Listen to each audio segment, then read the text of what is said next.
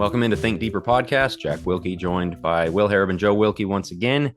And this week this is not really a part two, but it's kind of a part two. We talked a few weeks ago about wokeism is dead and the move away from so much of, the bad ideology of the last few years and really the last few decades.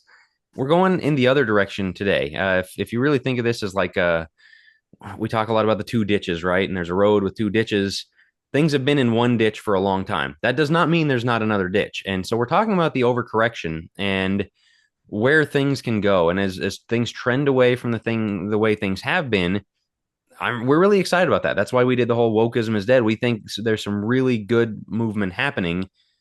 The overcorrection will happen as well. And like there is error on the other side. It's not a binary world in which there's good on one side, bad on the other. You can go wrong in multiple ways. And so we're putting this out almost, I'm not trying to say prophetically, but like futuristic, projecting into the future of where things are going in the next few years and telling Christians, this is where you need to start putting your focus. Start shifting your focus toward these coming overcorrections to make sure we don't do that. We'll get into some of the specifics. We'll get into kind of the ideas behind this episode, but what do you guys have to add just right off the top here? Well, I think it's a needed discussion. It's interesting, Jack. I remember you wrote an article at this point a few years back, I think, on some of the critiques of the Church of Christ, some of the things that, and hey, let's make sure we're moving on beyond just baptism instruments, things like that. And I remember you got added to some preacher group like, hey, you're one of us. And within the preacher group, it's like, okay, so women are going to start preaching and starting bringing this. Whoa, whoa, whoa, time out, time out. You're leaving Right. that one like, and it's the overcorrection of you must be us because you're critiquing maybe the one ditch, and so you must be on our side. Like, no, that's really what this is about. It's about trying to strike the balance because you can have that where you go, oh, you must be on my side. Like, hold on, I want to know what I'm getting into before I agree that. Okay, we can agree on some of the critiques. We can agree on maybe the left side ditch not being great or right side ditch, whatever you want to say, but swinging to the other side, it is a natural thing to swing the pendulum too far. And if you think about it from a physics standpoint, if you drop it in free fall, from the right or the left side, it's going to swing to the other side quite a bit. Rarely does it stop in the middle.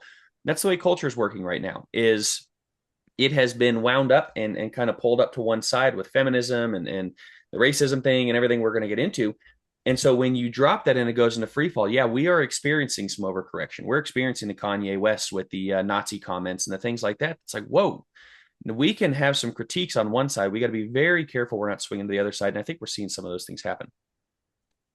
Yeah, I guess my introductory thoughts would just be I think it is very interesting how, for so many people, it is very difficult to strike the balance. As you're speaking about, Joe, it is basically one side or the other. And I think part of that is because when you have been entrenched in something for so long, specifically something that you think is the complete wrong side of the ditch, and you want to go the other way, anything that might even closely resemble that side, you're repulsed by, even if it's something that is a good balance or a good understand, even a good principle of something that's maybe too close to the ditch. You're repulsed by it because like, oh, that's too close to that. That's something that I don't want to, and so you just want to run further and further and further away. And so that's where it's difficult to just continue to use the analogy to stay in the middle, where it is difficult to not go into the other ditch is because I mean, you even with because we're going to get in all these things, masculinity and feminism with people like Andrew Tate, and of course you already brought up Kanye with racism and stuff like that, and there are so many opportunities to overcorrect. It's difficult too when you feel like you have been in the position of we were right on this. You hear that saying a lot, like, oh, we're on the right side of who's going to be on the right side of history, like, and that's kind of overblown. But for a lot of this stuff, we're going to take a victory lap on the masculinity and feminism thing. We're going to take a victory lap on some of these things. It's difficult for people when they're in that position of I was right about this to give any ground. And so you just want to keep moving, keep moving, keep moving. And at some point you do have to stop. Joe, it looked like you had a thought. Yeah. I was just going to add on something you said sparked it. So much of the reason we don't come off of our one side or the other is because identity and is based in that. And I want to get to this right off the top because you're going to see this as you go through. People want to find an identity in something, and there are those that want to find an identity in the opposing thing. And so, there's a lot of people that's like they cannot come off of maybe the LGBTQ, and then you go to the other side of it, which is I don't know, maybe Amish or whatever it is, like, and you swing to the other side, but your identity is based in either one of them. And the identity based in the middle is not usually identity. Very rarely do you see somebody have an identity who's right down the middle. Occasionally, I mean, like if they're keeping the peace and that's their identity, but like we have our identifying or like our identities tied to some of the extremes. That's why it's difficult to come off of it. So if you are going to critique one of these things, it's like you're not just attacking the idea, you're attacking me as a person because this is what I believe. And it's usually to the extreme. And so striking the middle ground is an appeal to say, hey, let's not have our identities in one side or the other. Let's try to be right. Let's try to be in line with Christ and to make sure that we're understanding these things to the best of our ability rather than putting all of our eggs in the basket of Andrew Tate or whatever, because that's, I'm one of the men that drinks raw eggs and does all the masculinity stuff. And I've read every David Goggins book and like, that's who they are. They're a gym bro through and through type of thing. Like, okay, well, let's swing it back toward the middle a little bit and understand maybe what the good and the bad is, because that's where we struggle with critique. We can no longer critique the idea. We're critiquing me as a person. Well, no, in this situation, we're critiquing the ideas here. Sorry, I thought you were wrapped up there. Cut in a little early. There's that African proverb about a child who is rejected by the village will burn it down to feel it, or not embraced by the village will burn it down to feel its warmth. And you're talking about identity. So many of the people, and this is the generational thing. Well, it worked for me, and it's like, well, it's not working for us. Like the job market, the life, get married, have kids, like everything that should be part of natural human life is so hard, has been so strained, is just not what it used to be. And you've got people, like just go in, give them a firm handshake, turn in your resume, and you'll get a job. And then you can pay for college by mowing lawns in the summer. And it's like, that worked for you. It doesn't work for me. And so I will burn your system down to feel its warmth. Well, now you burned it down. Like that's not good. And so like it's, you got rid of a bad system. You brought it. So Weimar Germany, that people always ask, well, how did the Nazis come to power? How did they allow that to happen? And essentially you look back in history of, the German people have been a very industrious, intelligent, engineering-minded kind of people, very peaceful people, or very just high-minded kind of people for all this time. And for 10 years, they went absolutely insane, and then they went back to being normal. Like, no, how does something like that happen? Well, you study on Weimar Germany, where their money was worth nothing. Inflation was through the roof. They couldn't afford anything. Their society was so degenerate, transgenderism, all those things. Like they were the predecessor to all the LGBT horrors we're seeing today is what they were pulling, and sexualizing children and all that. And so somebody comes along and goes, I'll fix that for you. Everyone goes, go for it, dude. Well, then obviously you can see the overcorrection, and we talk so much about the overcorrection, but that other ditch was really bad too. Like that's how you end up with these things, is we burn down the village because of how evil it was. And so that's where you end up. And so one last thing before we get into it, so much of the stuff we talk about, people look at because they're firmly planted in the left ditch that's been the status quo for 100 years or however long. Any movement to the right, they're like, oh, you're going too far. You're overcorrecting. I'm worried. Like argued with somebody the other day about servant leadership, and oh, you guys just want to run everybody over. No, we don't. A little bit of a backbone doesn't mean I'm out here to just dominate the world. And like I've had people literally think, from our political stances, the things we've talked about, you think that Christians should make everybody convert by the sword. Like, no, me saying that Christians should be more vocal and bring Christian values into the political sphere, you're going to look at it as this massive overcorrection of like, I'm trying to kill everybody. No, you have no bounds on which, like, you're the one that crashed the car into the left ditch. You don't get to drive anymore. You don't get to discuss what an overcorrection is. But those of us who are making the corrections need to have the humility to say, I could take this too far. So this idea of crashing in the left ditch, you said that well. It's like you don't have the basis to call other people out, and we're trying to find the person that is, once again, if we can find down the middle. And this is where we allow them to dominate the conversation when it comes to these things, is like, whoa, whoa, whoa. So anything to the right of the left ditch is going to look like you are drifting to the other side. And yes, they're very, very afraid of that. So it really is trying to figure out, like, how do we have the right mindset to be able to approach these things? Because we could easily go from a place of fear, a place of, man, you just can't do that. And they're dominated by fear that you're going to go to the right side. Then you have the right side that's dominated by rebellion. Those that are drifting to the other ditch, they're dominated a lot by rebellion, like as you said, burn down the village. And so there's a lot of anger out of that side. I'm not going to do this. And so it's either fear or anger driving these two sides. And I think that humility to say, man, what is right is very much where we want to stand on these things. But Go for it, Yeah, bro. Because you know what's very very interesting about this to me is just before we get into, I guess, the first section that we're going to go through here is where you also see this is in the Bible. I just preached on John 8 recently, and you know, the woman caught in adultery, and I think it's so interesting that you really can see those two sides of the ditches there just in that one, as you kind of study that one passage. You know, and of course the people, the Pharisees and scribes that brought the woman to Jesus were most likely trying to, you know, or they certainly were trying to trap Jesus, but you know, there's theories that it could have been a setup and all those things. But you have the one side where it's like this woman committed an egregious sin, you know, let's stone her, let's kill her. And that's the one side. And then you have the progressives that will look at Jesus' response to that and say, oh, no, see, Jesus just accepted her for who she was and you know, just tolerated love, grace, all those things. There's a middle ground there that is the correct statement, which is no, Jesus didn't say, yeah, go ahead, stone her. She deserves it. Jesus also didn't say, you know, woman, I accept you for who you are. You know, go live your life. No, he said, go and sin no more.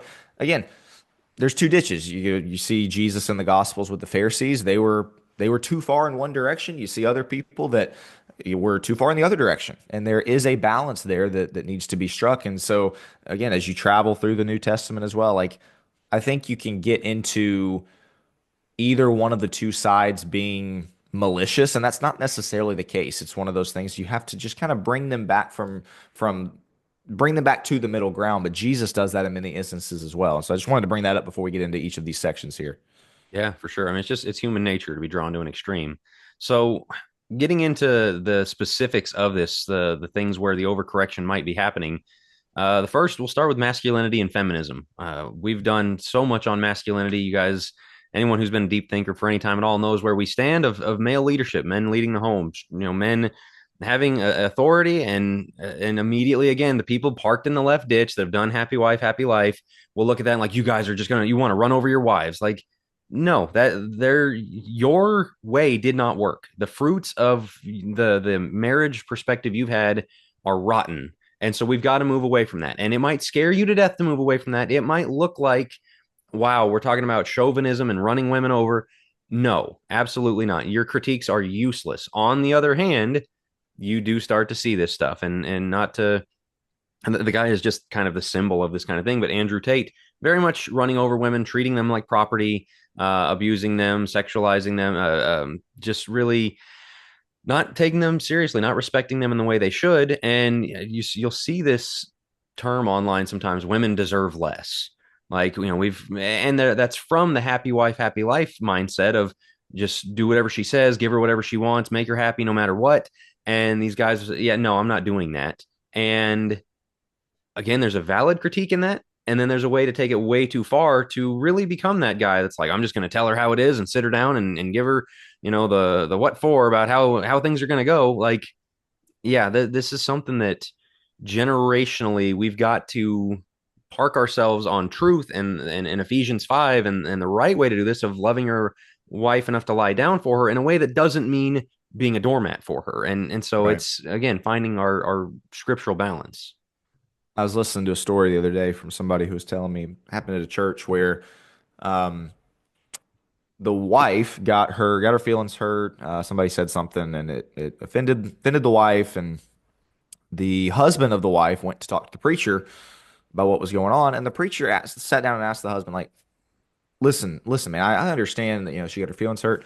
If this were you or me, could we not talk this out and you know, could we not come to an agreement? Like, can I help this? And the husband said, yeah, you know, I definitely think we could. And then so the preacher was like, well, then, you know, what can we do about your wife with her feelings hurt? Because they were threatening to leave, and it was kind of a nasty mess. And the husband goes, well, you know, when you've got an upset wife, you just kind of have to support her. Shocker, that was and so they did leave. It was nasty, you know, 10, 12 people left. I'm sure you can't guess what age that couple was, and it was the couple. It was the generation that had grown up with the, you know, just keep your wife happy. If she's upset, you just got to support her and back her and whatever she wants to do. And so, yes, guys like us are going to look at that and say, well, let's just overcorrect the other direction. That's where you know, that doesn't mean that you say, you know what, honey, sorry, you just got to get over it, and we're just gonna, you know, we're gonna do what I want to do. That's the overcorrection on the other side to say your feelings don't matter. I don't value your thoughts. I don't value the fact that you did get your feelings hurt, maybe very legitimately. I don't value that at all. We're going to do what I want to do. I guess my question, Joe, I know you've probably got a thought on that that you want to share here. Why is this not more common sense, I guess, like that you don't have to overcorrect to the steamrolling over your wife and the dominating your wife and the being domineering, whatever word you want to use. To me, it's common sense to say there is the middle ground between I'm not going to let you split up a church, or we're not going to completely uproot and leave this congregation just because you got your feelings hurt. But at the same time, I'm not just going to, be a dictator here. Like to me, that's so easy and natural. But I know that's what we're discussing. It's not quite as easy for some people. So what are your thoughts on that, Joe? And again, I'm sure you have another thought you want to get to, but I just want to throw that out there. Yeah, yeah. Well, the thought I was going to give, the first thing I was going to say is just that First Peter 3:7 of living with your wife in an understanding way. We don't really know how to do that. That also is the verse right after, or maybe two verses right after Sarah calls Abraham Lord. There is both sides of this that are very present in 1 Corinthians 3. We usually want to give one side or the other, but I think there is that valid idea of like live with your wife in an understanding way. So in that situation, you got your feelings hurt. Yeah, I understand that. That can be really difficult. Doesn't mean we're going to let that drive the decision making of where we stay in church. It means we're going to have to deal with this. But the reason for the overcorrection, I think, Will, to your point, I think these things snowball. And it's one way or the other. Either you start off by kind of taking the domineering approach. Obviously, I take more of a trauma approach as a therapist. A lot of times you look back in somebody's history and you go, yeah, okay, they beat their wife, or they do, they subjugate their wife. They're very, very controlling for a reason. You go back, you see the way that their parents were, and they just kind of phase in. They kind of go right into that. On the other hand, sometimes you see it where the wife or the mom dominates the dad and the guy doesn't know any better. And it all starts with one of these things. There's kind of a term, it's a crude term, but this test that a woman will give a man, and it really kicks off the relationship. Usually this is in the dating period, and she'll question him or she'll challenge him on something. Well, we're not going to go here tonight, or we're not going to do that. He has the opportunity to stand up in that moment and say yes or no. And most of the time, depending on how he answers that and maybe the subsequent two or three, will pretty much dictate the rest of his marriage. And so it snowballs from there. And that's how you get to the point where we have these huge ditches of one side or the other. And a lot of times the women, if they are coming from maybe a biblical background of wanting to submit, well, how far does this submission go? Do you submit when he is unbelievably controlling? Well, yeah, you're supposed to do that, but what do you do in that situation? I've heard these stories of like preachers' wives where the preacher's super, super, super controlling. I knew of one where like literally he would have her brush her teeth like 4 times a day and was adamant that she would really get onto her and hound her every time she didn't. Controlled every bit of the money. You can't go spend on this. You can't buy the package of Oreos. Like, yeah, you drive this. This is the guy not living with his wife in an understanding way. You drive her to the other side. So you look back though, where he's coming from, probably makes sense that he's in that situation. What it takes though is people outside the situation being able to call it out, in my opinion. You have to have a middle ground because both of them may be on opposite ends of the ditch. You have the guy control is really driven out of fear, and she may be driven out of anger and rebellion. Again, you have to have somebody that's willing to bring them back to the middle ground. But one other point I was going to make, Jack, I'm curious your thoughts on that. But the other point I was going to make is the men who go their own way is the other overcorrection here. You have the overcorrection toward the domineering. You also have the overcorrection where the guys back out and go, I don't want any part of this. I'm not going to get with a female. I don't care about women at this point. I'm going to go my own way. Not think about it. They're just too much trouble. They only initiate the divorces, all the breakups, all the infidelity, which unfortunately is actually happening a lot these days. And so they've decided to just basically quit the game completely. They don't want to have any dealings with women. That's the other overcorrection we're seeing a lot with young men. And then they're called incels, and they're called all sorts of, derogatory things online. And yeah, I'm sure there are those people out there, but we also got to be really careful of that. The way we speak of marriage, especially as we look to correct, that we don't have a lot of guys who go, well, women are useless. Either I'm going to subjugate them or I'm going to avoid them. There's also the middle ground on that one as well. But Jack, I'm curious your thoughts, going back to Will's question, and if you have any thoughts on men who go their own way. I think men who go their own way is going to be a short-lived thing. Like they're going to have to figure something out. Like they're just not going to avoid women forever. I mean, there's just natural, there's that side of it. But again, that is this overcorrection, man. Things are so bad. The dating pool is so bad. You've seen, what dating apps have done in breaking people's brains, and the cards are all stacked against men and for women, and in marriage, it's all for women against men and all that. And so you end up with these things. But to Will's point about the church council, And these two ditches is these guys that have crashed the car into that left ditch are, man, they're just patting themselves on the back of, I am a loving husband.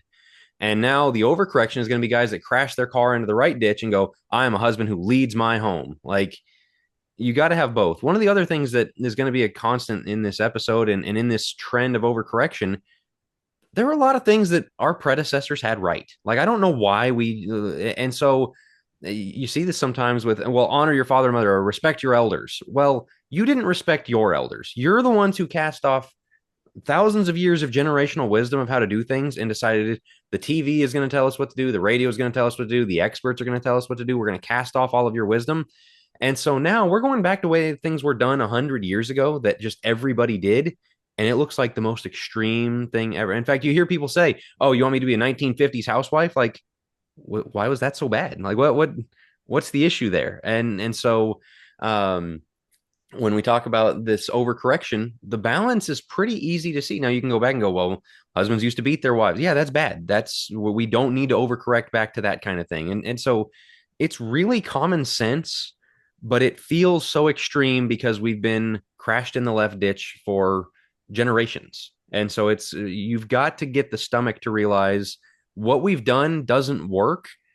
Like a lot of people will say that. A lot of people say, yeah, this system hasn't worked. But the minute somebody moves an inch away, it's like, whoa, whoa, whoa, whoa, whoa. We don't want to be wife beater. Like, of course we don't. But you're going to have to move off of what we did, and you're going to have to get comfortable with that. I'm sorry. You're just going to have to get comfortable with some things that maybe you don't.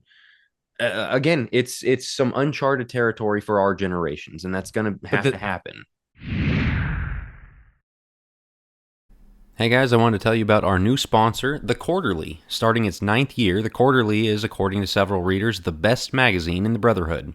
Featuring a wide range of writers, The Quarterly is a fantastic mix of encouragement, edification, education, and enjoyment. The latest issue features both sides of the eating in the church building debate, a detailed look at the events while Jesus was in the womb, the work of the Holy Spirit in the life of a Christian, a formerly classified FBI article examining how Moses and Joshua used spies, and what principles can be gleaned from it, and that's just barely scraping the surface. Digital subscriptions are free, and the print subscription costs less than a family trip to McDonald's. To subscribe or download previous issues, just go to cobbpublishing.com/quarterly and look for the Focus Press ad in the latest issue. But this is to Joe's point about identity. Even if they can look at it honestly and say it didn't work, there is still a bit of it that's just wrapped up. Like that's their identity. Like that's who they are. That's what they know. That's their perspective. I think a lot about this from it's kind of a weird thing to bring up, but the homeschool, public school thing. There are a lot of older Christians. Some of them, like you'll hear stories about how, a family will decide to homeschool and either, one set of parents or both sets of parents are just appalled and just can't believe it. And part of that is due to the fact I think that those parents, the older generations, their identity is wrapped up. Well, we went to public school and we sent our kids to public school, and it's an attack on. It's an attack on what I did. It's an attack on my perspective. It's an attack on my identity. It's personal for you to homeschool your children. And so I see a parallel there with, whether it's masculinity, femininity. It's like, we did it this way. And sure, it might not have worked great, but hey, I'm still here. And like, that's what's always been, not to go back to an old soapbox of mine, but for most frustrating about the older generations is the inability to see, yeah, this was not just in the ditch. We are completely, we've rolled in the ditch and flipped over twice in the ditch, and yet we can't see and honestly evaluate that, yes, maybe that was our identity, our perspective. It's okay to go in the other direction. That's what I think of, again, the homeschool, public school thing of, it's just they take it as an attack on themselves. They take it as an attack on what they did, and that's what we're going to have to overcome with a lot of this stuff. Yeah, I mean, and there's a million of these because it's like kids. Oh, you've got more than 3 kids. Whoa, slow down there. Like again, all of our grandparents had 8 or 9. Like that's right. You're the weirdo historically with you and your 1.7. Like, and you guys again created no fault divorce, create all these things. And so again, as we said at the start, if you're crashed into the left ditch, you're not in a position to critique the correction. Those that are making the correction are the ones that have to be careful about this. One other thing on this, and this is going to be like fits for all the points. We live in this world in which we've been in the left ditch so long, we have mapped out the left ditch. So there's a left side and a right side of the left ditch. And a lot of people pat themselves on the back for being on the right side of the left ditch. And when you zoom out, it's like, hey, you're still in the left ditch. That's not okay. You're still operating on this framework as if this is normal. And so that's what complementarianism is. That's where Yeah. John Piper and what was the other guy? Wayne Grudem wrote a book in the 80s to basically make the compromise, to carve out the right side of the left ditch of like, well, yeah, I mean, we're going to give into feminism in all these ways, but we've still got to hold that men are the head of the home and the church. And we're going to undermine that completely, but we're going to nominally come up with a way to say that. Like, Yeah.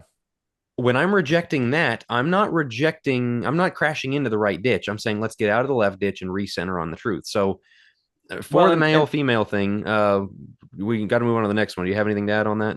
I was just going to say the other thing is because of the extremes of the culture, we're not talking just a one lane road. We're talking a 6-lane highway that are separating the ditches. This is why you have a left and right ditch and I would even say left and right on the right side, and the right ditch.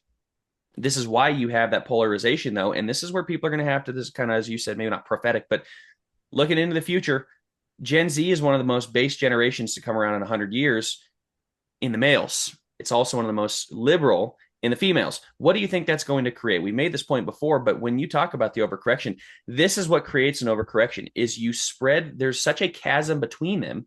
There is so much polarization between them that in order to get them to work along and in order for a Gen Z male to find a wife that's willing to submit, there's going to be an overcorrection where he's going to go too far.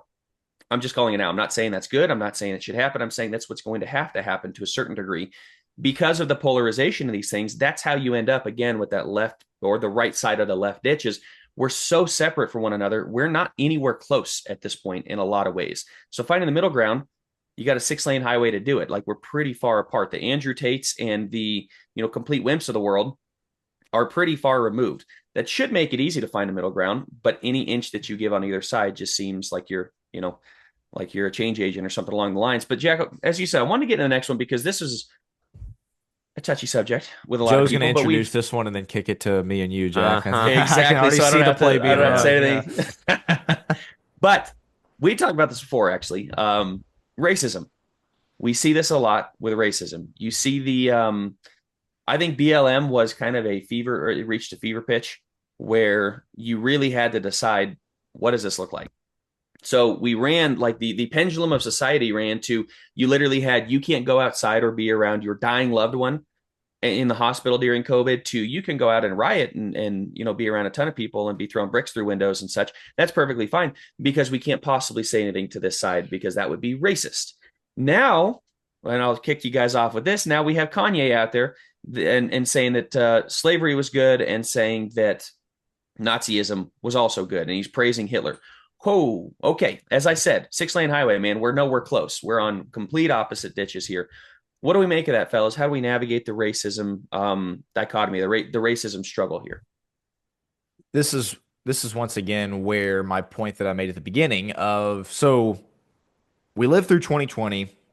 We lived through, the black profile pic, the black square profile pictures where you black out your profile picture, the um sermons with, that we talked about before of people kind of chastising white people for their privilege and just all that stuff that kind of left us feeling kind of icky about it. Like, man, this is just not the way to. Yes, we want to support the members of the black community. We want of course all lives matter, all those things. Got rebuked for saying that, and so there is a large portion of the population. Again, this is just to bring my point back around that anytime you get is just repulsed by that completely. That whole ideology of BLM, and I think rightly so, of course, of critical race theory and black power and all those things. And I think we rightly so should be repulsed by that. But you know what this reminds me of? And you guys, I'm very interested. You guys might disagree with my take on this, but this is where I saw a bit of the overcorrection to, the just to be honest, because just to go back to, like, you even had like Phil Vischer, who was the founder of Veggie Tales and stuff, who's came out and it was just basically bashing Christians for not being anti-racist. And there was a lot of stuff on the far left ditch that was just very frustrating to live through. And we can come back and look at it now and say, that was ridiculous. But here's where I saw the overcorrection. Super Bowl was a month and a half ago, 2 months ago now. Kendrick Lamar did the halftime show. they were pretty much all black people in his performance, and a lot of you might not have watched it, but what I saw on Facebook from that was just a ton of people who were just super upset that there were all these black people doing the halftime show.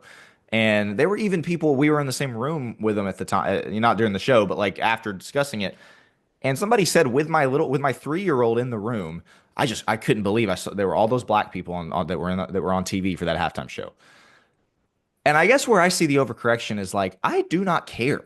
Like, it does not matter to me. If they were up there doing down with white people and down with white privilege and stuff, and right, that'd be one thing. And I'm not trying to get into the content of the halftime show, but my point is, people were repulsed just that there were that many black people on the screen. And I don't know if that goes with this point necessarily, but that's kind of where my mind went, is we've gotten to the point where it's too many, again, because of the DEI thing as well. Like, there's too many black people on the screen, and so I don't know. That just kind of bothered me. Like, to be honest, I don't really care what the skin color is of the people on the halftime show, or like it doesn't matter to me. That to me is where I think we need to get to, of like, I don't really care what the person's race is. And yet that was the overcorrection that I saw. And then, of course, Joe, you brought up the Kanye stuff, and that's, kind of a social media thing, I think. But I don't know. What are y'all's thoughts on kind of where we can see this overcorrection? Because to me, as I was trying to think of like, where do I see this overcorrection other than with Kanye? That was kind of the first thing that came to mind for me, is like, stuff like that. What are y'all's thoughts?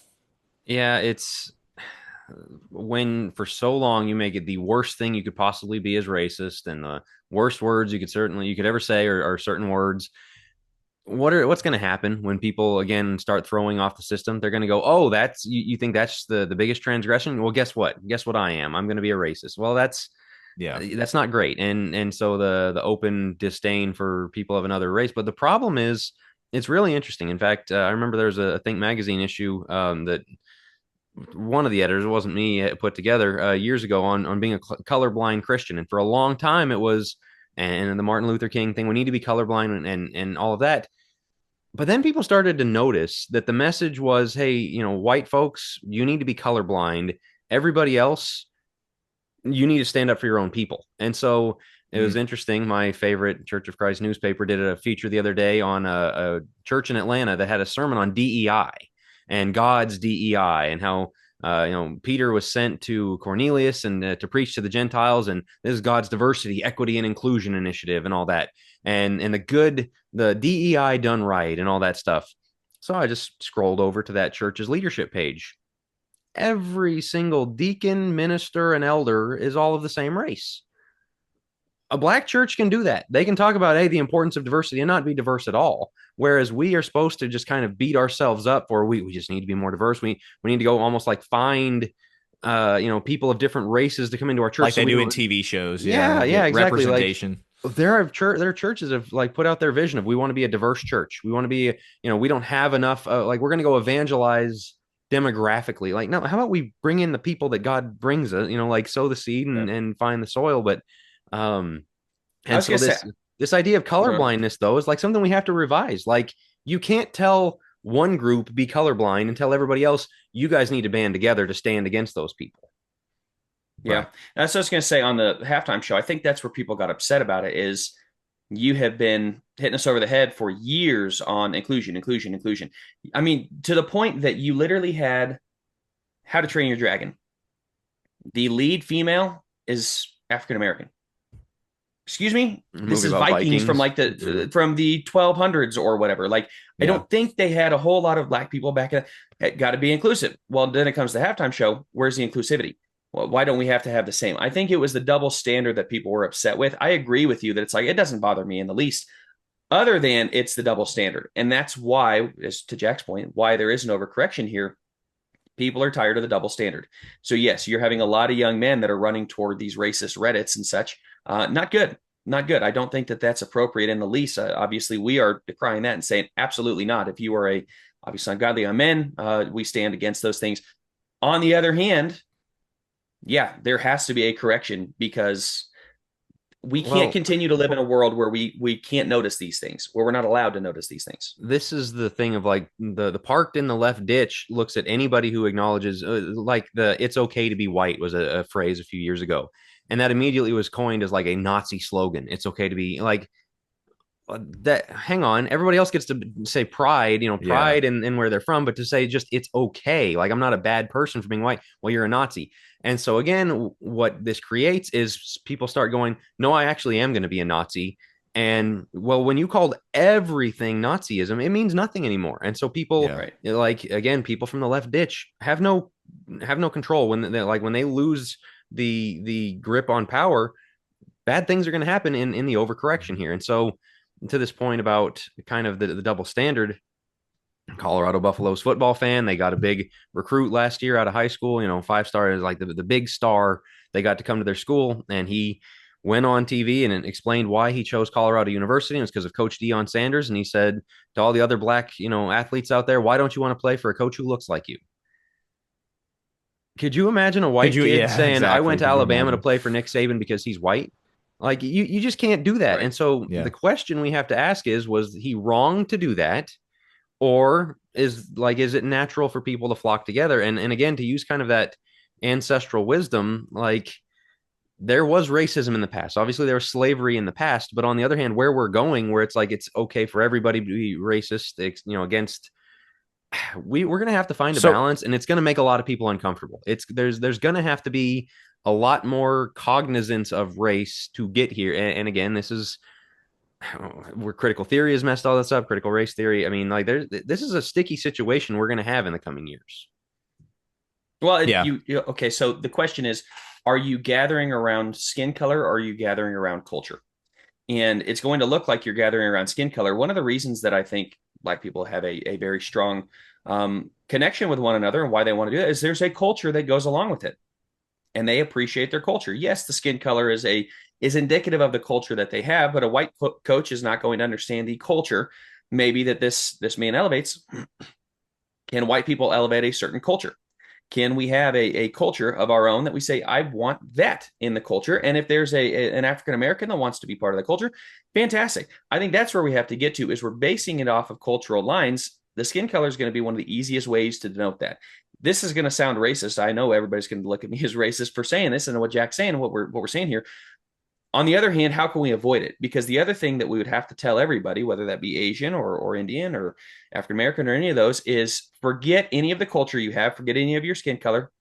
You're part of the great melting pot of America where race doesn't matter in the least. And I don't know that I think culture matters.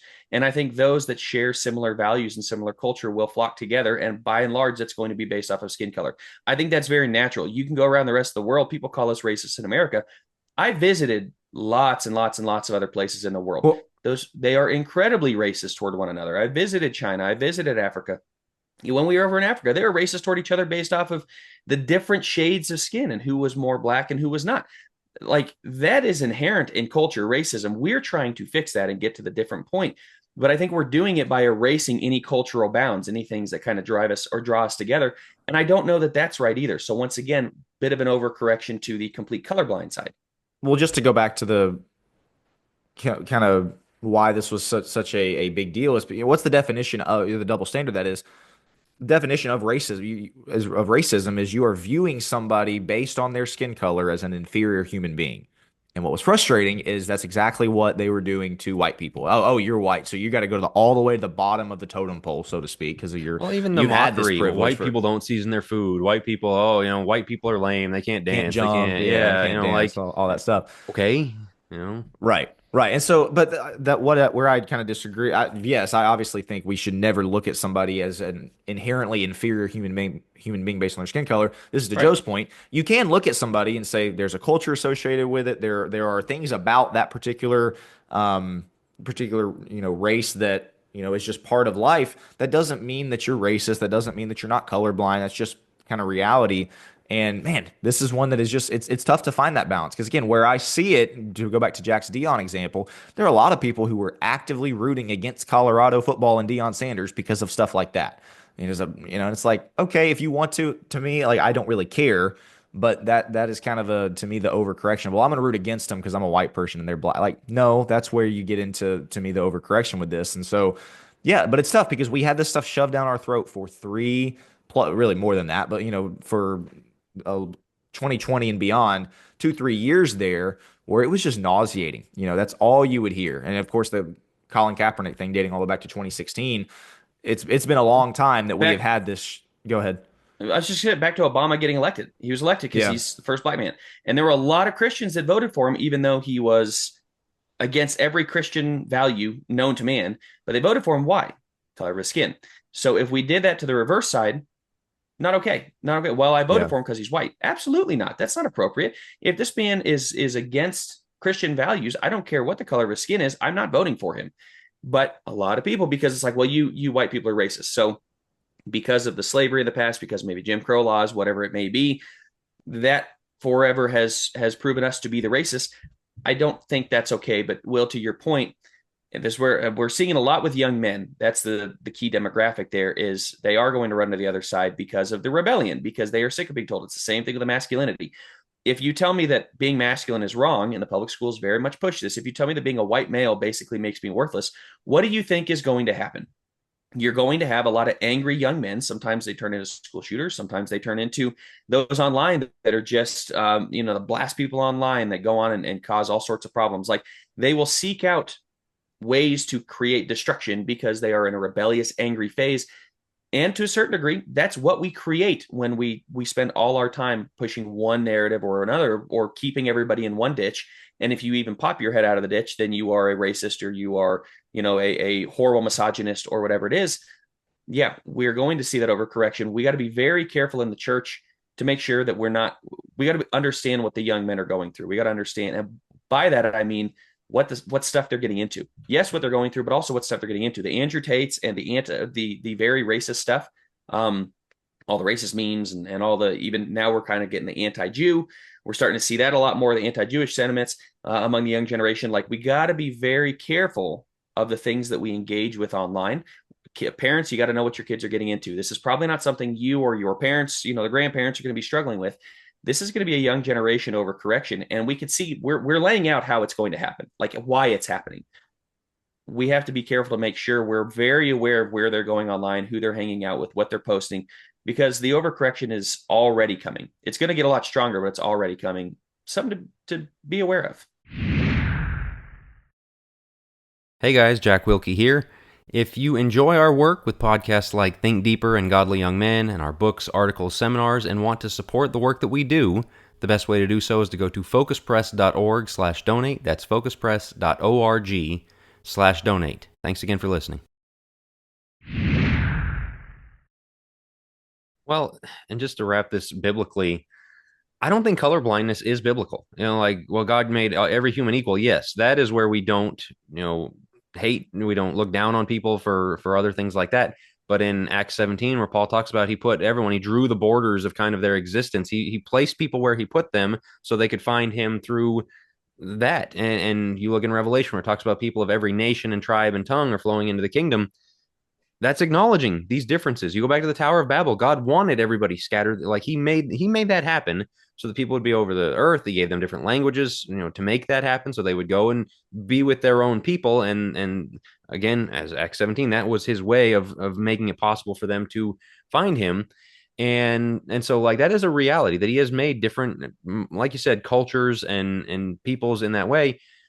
That's okay. It's okay to acknowledge that. It's and again, this idea, well, it's okay for everybody to acknowledge it except one group. No, it just that's never going to work. And so that's going to end up in people overemphasizing their race because they were told not to emphasize it at all. You should be able to say it's okay to be white and feel like I'm not being offensive. But again, if you're in the left ditch, it's like, whoa, whoa, whoa. So again, and I think you can see Rahab. You can see Rahab, Ruth, proselytes that decide they want to be a part of that culture. That they are assimilating into that culture, and that is the racism would be like, nope, not allowed to, different skin color type of thing.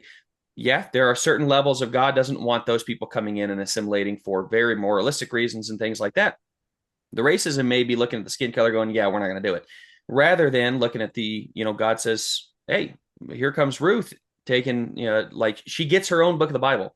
And Rahab gets several chapters written about her in the Bible. And you see these people that the proselytes and the Cornelius and things like that. And they chose to be a part of that culture, even though they're different skin colors. Well, that's part of the other thing, though, is like you get into the numerical of, I wonder, people can come in and be part when 1 million of them come in, like they're just putting in a colony. I mean, like and so that's right.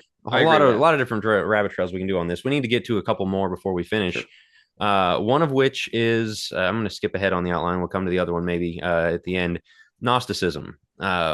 We have very much been a religious culture that downplays the physical, the all gonna burn thing, the unhealthy thing, the overweight preacher thing we've talked about. It doesn't matter what I put in my body. I can go through the drive-through 27 times a week, and it's just not a big deal. That's not good. I do think there is an overcorrection coming towards the physical. Uh, the correction is that the physical does matter. You need to take these things seriously. I think there can also be a little bit too much emphasis on health, on just every last. I don't know. We can psych ourselves out about it, but it's really funny. RFK Jr. is kind of one of the faces of this, and the governor of Illinois was criticizing him as his dangerous, views on health or whatever else. That guy's like 400 pounds. He is the epitome, and I'm not exaggerating. Like Yikes. he's in awful health.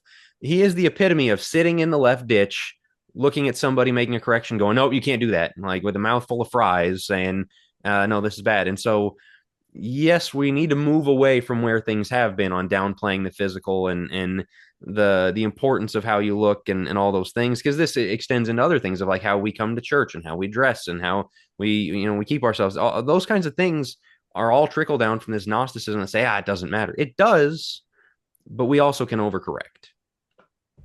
Yeah, Yeah, I and think I it's the think same for I was just gonna say, I go think for it. this one's pretty obvious where you can see the overcorrection, and that is that becomes of superior value to spiritual health or kind of your spiritual walk, and because that's what's always so frustrating about the people who would side with kind of Gnosticism is, it's all spiritual. Really, the only thing that matters is spiritual. Your walk with God. It doesn't really matter what you put in your body. It doesn't really matter.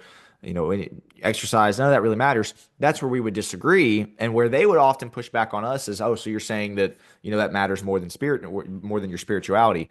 And for us, obviously, the answer is no. But for some people, man, they get on this health train, they get on this fitness train, and it becomes their life. It becomes their, everything that they spend hours a day making sure that every, meal is crafted perfectly and curated perfectly. And not to mention, a couple hours a day exercising. And, listen, like, if you have time to exercise every day, I hope everybody does, and make sure that you're eating well. But there is an overcorrection, just like we made the example a couple weeks ago. If you're finding 3-4 hours a day to scroll social media and watch Netflix, and you can't really find a few minutes to read your Bible or to have study, family worship time with your family, that applies just as much to if you're spending 2 hours a day meal planning and then another hour and a half with your exercise, and then you're getting on social media with your fitness, chats and fitness groups. And I was like, that very much can become your life to the point where that is your identity. Not your Christianity, not your godliness, not your righteousness, not your, being a faithful disciple of Christ, but how healthy, how fit you are. There's a reason why people kind of have that reputation sometimes. The gym bros and people like that. Crunchy, I think, is one of those things that people are labeled now. And so I think the overcorrection here is pretty obvious, but it is one that I think specifically young people who have the energy and can kind of get wrapped up in this identity once they start really delving into it, got to be careful about. Joe, what are your thoughts? Yeah, I think this is a very needed point because both sides, again, the polar opposite six lane highway, the going to McDonald's all the time versus the 45 supplements a day, carnivore diet, things like that. Some of those diets can be really unhealthy. Jack, one of the things I appreciate about you is you've gone through your various health phases of, the things that you found to be more important or not, but it's very scientific driven. It's also, there's nothing extreme. Be careful on the sugars you put in your body. Check your calories, get some walking in, get your step count in, 7,500 steps, whatever it is. Hit the gym 3 times a week, lifting weights. Honestly, it's very, very, very simple when you break it down. And yeah, I understand there's going to be all these people, oh, I tried that. It's math, with the calorie counting. The reason I don't lose weight is because I realize I don't calorie count the way that I should. And I'm not eating the macros and hitting my protein goals. That's it. So then you go to the extreme diets, the ketos, the carnivores, things like that, and you swing that pendulum to the other side. Once again, well, what you're talking about is identity. it is their identity to be the health and fitness guru or the person in their life that, like fitness so easily. I think we're seeing that a lot more. Fitness becomes a massive part of everybody's identity, because they're going to be the one that gets fit. And that's why they post their entire journey on TikTok or on Instagram or whatever it is. And I'm not downing all of those things. I'm not saying that all of that is horrible. We just have to be very careful that that doesn't become the main focal point. Another thing you have on the Gnosticism, though, Jack, is sexuality. I think we've swung the pendulum from sex is just for procreation. We don't even talk about it. We never really mention the word sex. Like, you're wrong if you mention it from the pulpit or anything like that, to swinging to OnlyFans, and you have tons of girls getting on there and flaunting their bodies and whatnot, and sex positive, as they call it, LGBTQ, everything else. We swing this pendulum. So the way that we might come back to it is you have a lot of people that are decrying all of that and saying, we don't want any part of that culture. So we're going to go back to, like, I read something, or Alyssa was reading something online where they said, any wife that wants to dress up for her husband, it's just going to get him interested in prostitutes. Dress up, sexually speaking, it's going to get him interested in prostitutes. So don't do it. And this is like a fairly prominent author saying that. A lot of women were going along with it. Like, yeah, that's got to be careful on those things. Like, what? So sex is for procreation. It's just for having kids, right? And they say that. Okay, well, where's Song of Solomon? There's no kids mentioned in Song of Solomon. It is part of the enjoyment that God has given us on this earth. We don't want to discuss sex from that standpoint, because the moment you come off of the ultra conservative, it's just for procreation, don't dress sexually for one another, anything like that, downplaying foreplay, anything like that. The moment you come off of that, it's like, oh, great, well, you might as well be on Pornhub. Like, whoa, whoa, whoa. There is such a middle ground here that I think is a lot easier to find than we're giving it credit for, in just saying sex can be a really positive thing in the bounds of Christianity. Look at scripture, look at what God says. It's for our enjoyment. It's also for procreation. There are some boundaries on it. Make sure it's in a covenantal relationship, right, in marriage, and make sure that you are loving one another in that process. So that's going to exclude all of these ultra controlling and weird kinks and things like that. Make sure it's cherishing and loving one another. It's fairly simple, the same way that health and fitness is fairly simple, but we go to the extremes because we can't seem to find that balance. We're against it. Well, it's not, the other extreme is not just the, pornification of people thing. There can be a casualness toward talking about it. My wife, That's she'll true. share the videos, like the reels and shorts and stuff of people parenting with their toddlers, and funny, relatable stuff like that. A lot of those same people will make stuff about their sexual habits and their time together, and not like explicit, like they're showing anything, but joking about, oh, getting away to go do what kind of thing. And it's like, I think keeping some of that to yourself is probably healthy. Like, and I've seen there's kind of a casualness to it, like, oh, well, we all do it. All married couples, we all know what, like, yeah, that's why we don't need to kind of talk about that kind of thing. And again, I think as the church, to your point, has gone wrong of basically like, we will not talk about it. We'll pretend it doesn't happen. We'll just mind your own business and do your own thing over there behind closed doors. There needs to have a place for mature discussion and helping couples understand what, the purpose of this. Song of Solomon's in the Bible for a reason, as you say, without this just kind of being a constant casual, oh yeah, we'll just joke about the things that we do. Like, some things are for you too. That's okay. Like, that needs to stay that way. And I think the kind of prudishness might give way a little bit toward, oh, well, they wouldn't talk about it, but I will. Well, check that a little bit. I think that's some of the Right. overcorrection as well. Yeah. Flippancy or yeah, like you said, it's when you talk about it too much, we don't want to over sexualize kids. We don't want to over sexualize the culture. And that contributes just as much as porn does. Talking about it, the sexual jokes back and forth all the time, the making everything sexually charged. Like, there is a time and place for sex. Most of the time, it's not. That is a like 2% of life type of thing. But the way we treat it is we want sex to permeate so much of the culture. We want to talk about it in its appropriate bounds. We really want to talk about the 2% pretending it doesn't exist, or rather than pretending it doesn't exist. But we still want to keep it as the 2% and not let sex permeate every part of our life. And in the workplace, we see it at home, we see it in the schools, we see it everywhere else, where sex, and specifically with LGBTQ, with gender, it's exploded. So it's become a lot more normal to talk about. We got to be careful on the ways we're talking about it and how much. Yeah, exactly. Entertainment as well, songs and movies, and Netflix and things like that. But Will, you have a thought? No, I don't have much on this. I don't know if we're gonna get to the last thing or we got a few minutes left. What do y'all want to do?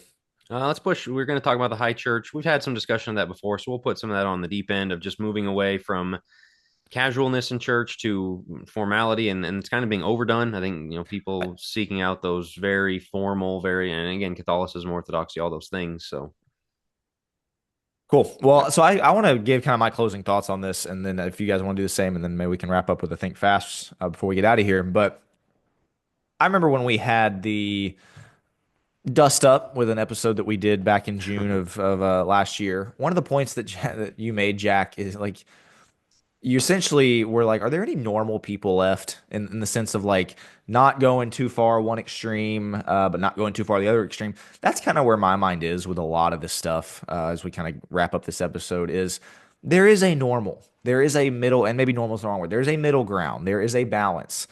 You do not have to be Mr. Just, bow to your wife and let her run the show and split a church because you don't want to kind of stand up to her about her feelings hurt. But you also do not have to be on the other side of, once again, I'm going to do whatever I want to do. You don't really get a say. I'm going to run over you. You can be in the middle. There is a normal. It's just same thing with racism and with the Gnosticism. You can be. You don't have to be Mr. Krispy Kreme and Chick-fil-A 14 times a week. But you also don't have to be Mr. I'm never going to enjoy myself ever again. Like there is a middle normal ground, and so that would be kind of I guess be my closing thoughts and encouragement to people is don't be in either ditch. There is, and to Joe's point, there's a pretty big 6-lane highway in the middle that, obviously we'd prefer you to be more in the middle, but like you don't have to be in either ditch here. And that's, but with going back to what we started with, there is a tendency to want to go to one side or the other based on your repulsion for one side or based on, again, the history that we've had with having racism shoved down our throats or whatever it is. And so, yeah, seek the middle ground, seek the balance. Any closing thoughts from you guys? the definition of insanity thing about doing the same thing over and over, expecting a different result, I think a lot of people, especially older people, the car is on fire in the left ditch. They will acknowledge that. They will acknowledge how bad things are. But the minute somebody tries to change, like, whoa, you can't do that. You're going way too far. Again, too far can happen. And so to that person, I would say, look, not every correction is an overcorrection. It's going to feel like an overcorrection, but it's not, just because of how far wrong things have gone. On the other hand, to the person doing the correcting, you have to have it in the back of your mind. I could overcorrect. I could take this too far. I could be influenced less by the truth and more by my reaction to untruth. That's where it gets unhealthy. And so both sides have to come into this with a certain mindset of I want to find truth, and truth might mean restraining myself, or truth might mean opening myself up to something I used to think was abhorrent, but maybe we need to give it a try. Maybe I need to open my mind up because clearly what I'm doing isn't working. Yeah. The only closing thoughts I would have is, as you said at the top, Jack, this is more of a future type episode. We're putting this out there because I do think this is going to be really relevant here in 2-3 years. But I would speak to the parents. A lot of these things we're seeing among young kids, the men who go their own way, and the Andrew Tate discussion, and the ultra racist, and all of these things. That's not good. That's not good. We want to make sure that we have an understanding of where our kids are going online, what they're getting into, the type of things they're discussing. The women, they can get into a lot of feminist stuff. You want to know that side as well. You want to know both ends of the ditch because culture is drawing them toward that. This is why we want to get away from culture as much as possible.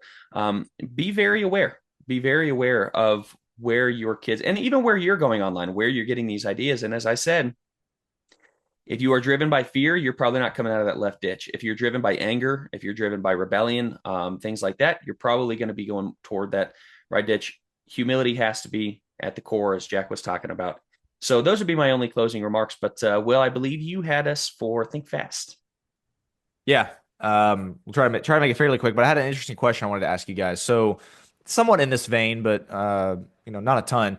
So we've made the rounds before, we'll take the victory lap here on boycotts before, specifically with Disney. And obviously boycotts have been kind of prominent discussion for a while. Target was a big one that I remember, Starbucks, of course, and stuff like that.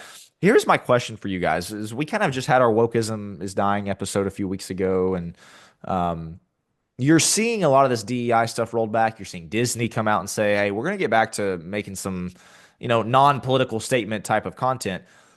Here's my question, and I don't know what other personal boycotts you guys have, other than Disney. What would it take for you guys to kind of, for you personally to say, you know what, they have done enough. There has been enough change at the top. There's been enough, um, yeah, like what is enough, I guess, for you guys for to maybe re fire up that Disney Plus subscription again, or plan the Disney World trip. Jack, I know that will not be the case. Mhm. He will never be doing that. But and again, to take it out of the realm of Disney, if there's another, maybe it's Target for you, or another Starbucks is a popular realm, one, yeah, realm of boycott that you kind of held firm on, what would it take for you? This is kind of a question I've been kind of rolling around in the back of my head as we're starting to see a positive trend. Like, okay, how far do they have to go before we'll say, okay, we'll support your business again? What are y'all's thoughts on that? I get the idea of rewarding a move in a good direction. Um, on the other hand, I kind of view maybe I'm burning the village down to feel its warmth, but it's like, no, we're moving on to a new world. And if there's something else I can throw my money at, Christian creators, something like that, yeah, I'm going to do that. That's sorry, like you kind of had your chance and you went so far that coming back just looks like a cynical business move, and I'm not really interested in, if the head of Disney comes out and says Christ is Lord and we're removing all this stuff and any of those movies we're pulling off the thing, like if it's a real total reform, like we're going to be a whole brand new company, okay, maybe, but like a pulling back off the severe evil they've done, great, good for you. I'm going to move somewhere else still. Yeah, my answer is I would need an apology and probably mass firings. 30% of the writing staff is LGBTQ.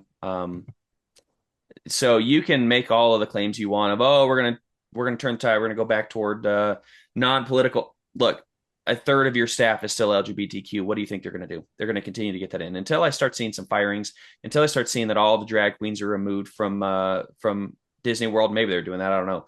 All of the Cinderellas that are actually dudes, and until I get the, hey, we messed up on this one, and we're sorry. Yeah, I'm gonna have a tough That's a time good point. really supporting Disney. yeah, yeah. No, my answer was similar in the sense of I'll need to see more bigger sample size is I guess what I would say. Like I'll need to see more than a couple headlines, and this goes for anything, again, Target or whatever. I'll need to see more than a couple headlines, more than a couple press statements put out by the head of these companies. And Joe, your apology point is interesting in the sense of kind of acknowledging, not to get into the alcohol thing, but that's what Bud Light did essentially with when they got into hot water for the Dylan Mulvaney stuff. Fired a ton of people. That whole the advert, whoever came up with the advertisement, that team completely let go. And I don't remember if they issued a public apology or not, but man, every move that they made after that was basically to apologize for what they did. You haven't seen that from Target. You haven't really seen that from Disney. So you Just went you because went back to those are Bud Light. yeah, yeah. I went back. No, no. The Sorry. alcohol Finally, that man, I we can have don't Bud Light spend again. any Great. time of my Yeah, life your ever lifestyle. That's indulging right. in. Yeah, exactly. But Good yeah, it's question just though. it was an interesting That's a thought good to me question. as we That think is. about maybe some positive momentum and um, you know what decisions we'll make as far as our consumption of stuff. So, but that's all I had for this week's Think Fast. Anything else before we wrap, guys? All right. We appreciate you guys listening. For our deep thinkers, submit your questions, your comments, anything you'd like us to react to. We will be back on Friday for the deep end. And special shout out to these two guys for holding it down for me while I was absolutely down for the count. It's good to have you back. Welcome Both back. for the deep end and the episode. I appreciate it. It's good to be back. And yeah, hope you guys have a good week, and we'll talk to you next week.